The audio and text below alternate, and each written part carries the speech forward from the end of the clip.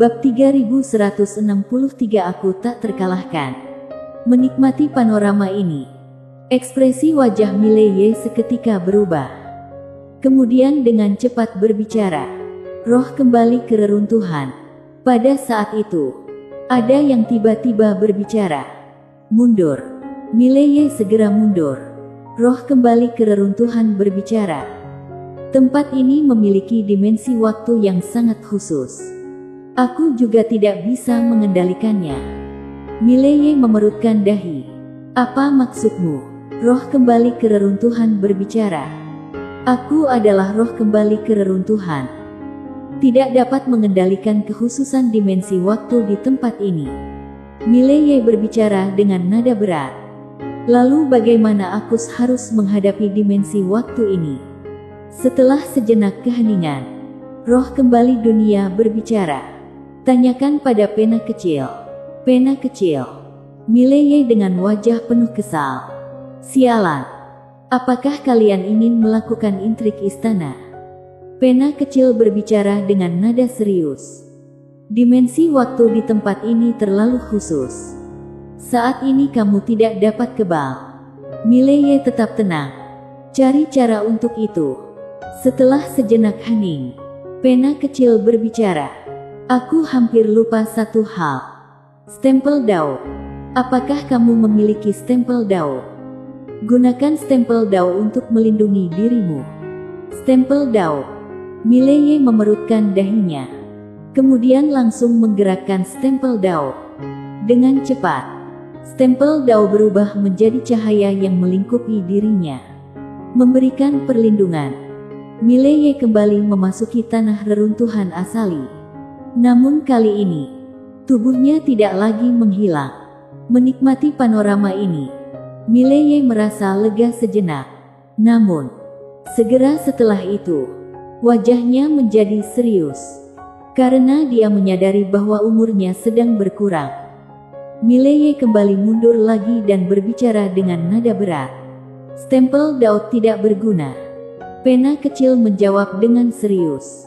Ini mungkin tanpa solusi. Mileye memerutkan dahinya.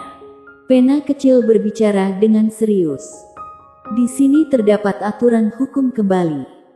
Ini adalah hukum tertinggi yang ditetapkan oleh Tuan. Juga merupakan akar dari semua tata tertib lama. Yang berarti, semua orang akan mengalami kematian. Oleh karena itu, stempel Dao hanya dapat melindungi tubuhmu. Tidak dapat melindungi umurmu. Mileye menatap pedang biru gaib di tangannya dan pena kecil dengan cepat berbicara. Jangan sekali-kali melakukannya. Jika kamu menggunakan pedang biru gaib untuk merusaknya, dunia ini akan benar-benar kacau. Bayangkan, jika semua orang hidup selamanya tanpa kematian, bagaimana alam semesta ini akan berubah.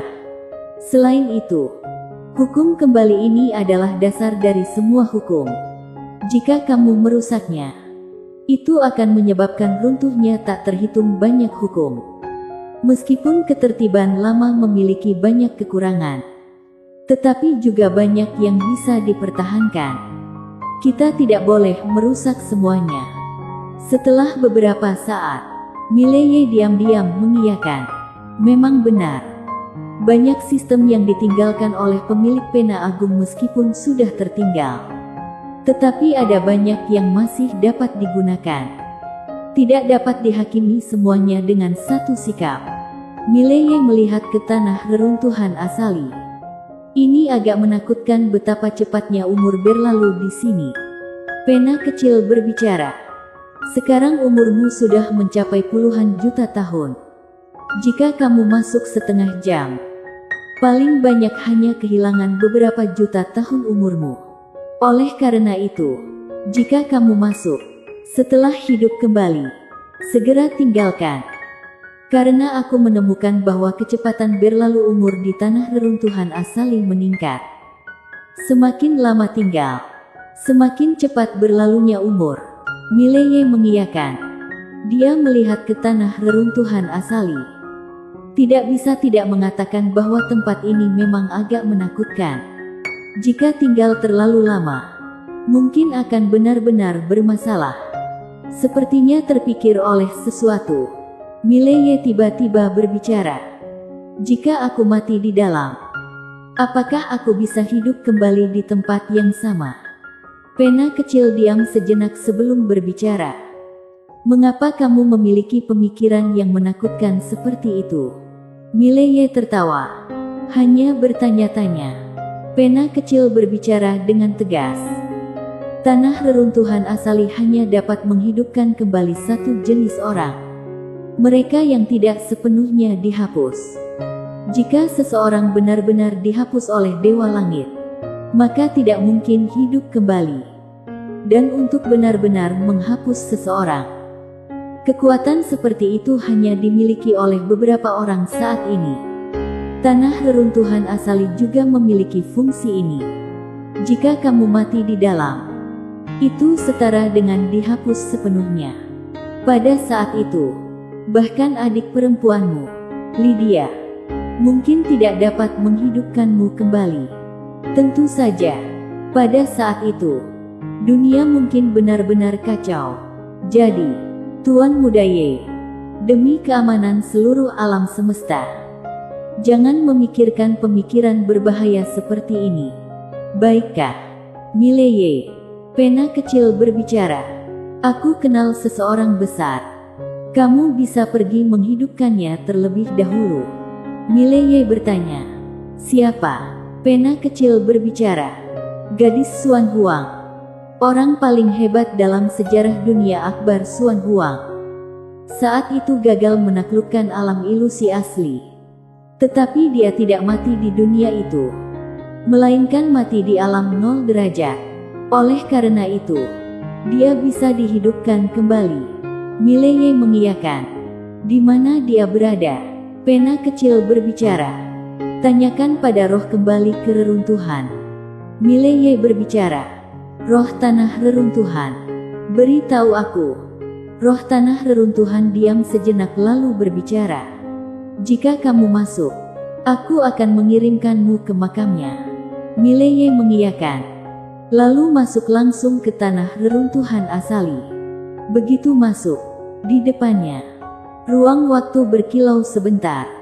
Kemudian dia berada di depan sebuah kuburan. Di depan kuburan ada sebuah batu nisan, di mana hanya terdapat 3 kata, Gadis Xuan Huang. Mileye menoleh ke sekeliling, tetapi tidak ada batu nisan di sekitarnya. Pena kecil berbisik. Hanya master yang sesungguhnya yang memiliki hak untuk memiliki batu nisan di sini. Selain itu, hanya bisa menjadi makam tanpa nama.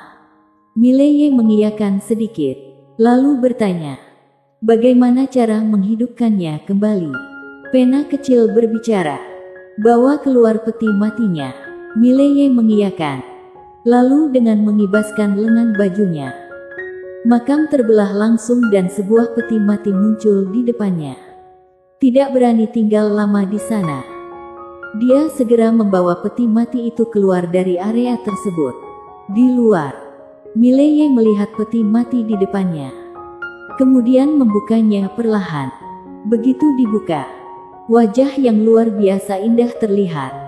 Wanita itu mengenakan gaun putih, rambut hitam seperti air terjun. Wajahnya luar biasa indah. Mileye berbisik, Pena kecil, bagaimana cara menghidupkannya kembali? Pena kecil diam sejenak, lalu berbicara, ada risiko. Mileye memerutkan dahi. Apa maksudmu? Pena kecil berbicara. Lihat di atas kepala. Mileye tiba-tiba menengok ke atas, melihat langit dipenuhi awan merah darah. Di dalam awan, guntur darah bergerak dan serangan petir Tao yang menakutkan terus turun. Sangat mengerikan. Mileye memerutkan dahi. Apa yang terjadi? Pena kecil berbicara. Ini adalah bencana takdir. Kekuatan ini jauh di atas bencana langit dan hanya muncul ketika mengubah nasib hidup dan mati. Menurut pengetahuanku, ini hanya muncul 2 kali. Dan kedua kalinya juga hanya terkalahkan 2 kali. Mileye dengan nada berat. Kalah 2 kali. Pena kecil berbicara. 1 kali dikalahkan oleh ayahmu dan 1 kali dikalahkan oleh adikmu. Ekspresi Mileye membeku. Tampaknya dia benar-benar sial. Pena kecil berbicara. Lihat gadis Xuan Huang. Mileye segera melihat gadis Xuan Huang. Pada saat ini, di sekitar gadis Xuan Huang muncul energi misterius yang aneh dan tubuhnya juga bergoyang sedikit pada saat itu. Mileye memerutkan dahi. Apa yang akan dia lakukan? Pura-pura mati. Pena kecil berbicara dengan serius. Dia sedang mencoba untuk hidup kembali. Takdirnya saat ini sedang berubah. Dan kamu harus membantunya menghadapi bencana takdir ini. Hanya dengan menghadapi bencana takdir ini, dia bisa hidup kembali. Mileye mengangkat kepala, melihat bencana takdir itu. Dengan tenang berbicara. Bisakah kita membuatnya memberi sedikit toleransi? Pena kecil berbicara. Tidak ada toleransi untukku. Kamu bisa mencoba sendiri. Mileye mengiyakan. Ayo coba. Dengan itu, dia langsung mengibaskan lengan bajunya. 2 cahaya putih muncul di langit. Cahaya putih di sebelah kiri berubah menjadi seorang wanita berpakaian sederhana. Sementara cahaya putih di sebelah kanan perlahan berubah menjadi master pedang berpakaian biru. Mileye menatap bencana takdir. Wanita di sebelah kiri adalah adikku. Yang di sebelah kanan adalah ayahku. Jika kamu benar-benar ingin bertarung, aku akan biarkan mereka melawannya. Di langit, awan tiba-tiba bergolak dengan hebat. Mileye memerutkan dahi. Tidak mungkin dia telah memprovokasi makhluk ini. Pada saat itu, bencana takdir itu bahkan bicara. Raja pengandal dukungan. Kamu membangkitkan makhluk spiritual di tanah reruntuhan asali secara paksa. Ini adalah tindakan yang sangat tidak bijak. Mereka semua adalah orang yang seharusnya mati. Kamu tidak boleh melakukannya seperti ini. Ini terdengar seperti akan membicarakan masalah dengan rasionalitas. Stempel Dao tiba-tiba muncul di antara alis Mileye. Dia menatap bencana takdir. Konsekuensi dari segala yang kulakukan akan kutanggung bersama pemilik pena agung. Pemilik pena agung. Bencana takdir diam sejenak, lalu berbicara. Baiklah, aku tidak peduli. Setelah berbicara demikian, itu sepenuhnya menghilang. Mileye merasa lega. Makhluk ini memang lebih ganas daripada bencana langit. Jika benar-benar bertarung, dia tidak yakin bisa menang. Pena kecil tiba-tiba berbicara. Aku hanya bisa mengatakan, kamu terlalu hebat. Dengan cara ini, itu lebih kuat daripada curang. Mileye.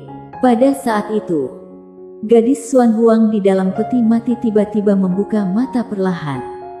Mileye melihat ke arah gadis Xuan Huang dan saat itu, gadis Xuan Huang melayang perlahan. Matanya kosong, seolah-olah tidak memiliki jiwa. Melihat adegan ini, Mileye mengernyitkan kening. Pada saat itu, mata gadis Xuan Huang tiba-tiba menyempit dan warna muncul di matanya. Mileye merasa lega. Sepertinya dia pulih kembali. Gadis Xuan Huang perlahan-lahan menutup kedua matanya. Setelah beberapa saat, dia menatap Mileye. Kamu telah menghidupkanku. Mileye mengiyakan. Gadis Xuan Huang tiba-tiba membungkuk untuk melihat Mileye. Orang pilihan takdir. Mileye mengiyakan. Gadis Xuan Huang menatap Mileye. Setelah beberapa saat, dia berbicara. Apa yang kamu ingin aku lakukan?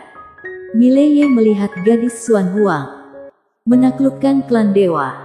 Menyerbu dunia ilusi sejati. Gadis Xuan Huang langsung menggeleng. Kamu terlalu lemah. Mileye dengan tenang berbicara. Sementara, sambil berbicara demikian, dia melihat sekeliling. Lihatlah di sini. Gadis Xuan Huang melihat sekeliling. Segera, dia memerutkan dahi. Waktu di tempat ini Mileye melihat gadis Xuan Huang. Berikanmu 1 miliar tahun lagi. Apakah kamu yakin? Gadis Xuan Huang menyipitkan matanya sedikit. Setelah sejenak, dia tiba-tiba tertawa besar. Suaranya bergema seperti guntur, meresapi langit. 1 miliar tahun. Gadis Xuan Huang menatap langit dengan pandangan angkuh. Tentu saja aku yakin. Mileye mengiyakan sedikit. Apakah ada yang bisa kubantu untukmu? Gadis Xuan Huang melihat Mileye. Aku membutuhkan sebuah benda ilahi dari sekte Taoisme. Mileye bertanya. Apa itu? Gadis Xuan Huang berbicara. Peti mati Dao.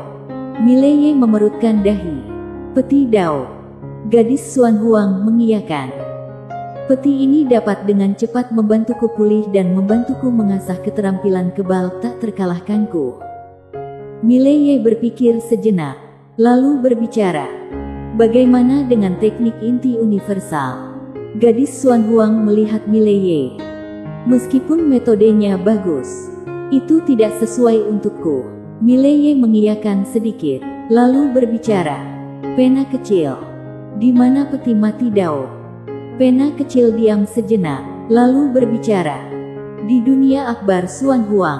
Mileye memerutkan dahi. Kenapa kamu tidak mengatakannya sebelumnya? Pena kecil agak frustrasi. Kenapa kamu tidak bertanya lebih dulu? Mileye tidak berkomentar. Dia melihat gadis Xuan Huang. Aku akan mengambilnya untukmu. Sambil berbicara demikian, dia hendak pergi.